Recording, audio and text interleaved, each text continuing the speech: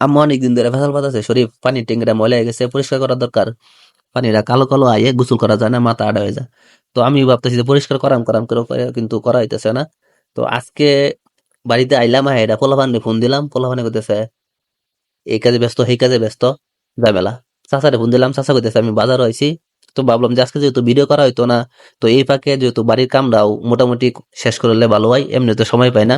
তো আমি সাহস করবার চাইতেছিলাম না, মেহেদি কইতেছে আচ্ছা দাও তুমি ট্যাঙ্কিতে উঠো, আমি তোমার সহযোগিতা করতেছি। তো দেরি না করে ট্যাঙ্কির মধ্যে ঢুকে পড়লাম, ঢুকে দিই যে পরিমাণে ময়লা, হাই রে হাই। গসতে গসতে পাই আমার জীবনটা শেষ এরকম লাগছে। তো খুব কষ্ট হইছে।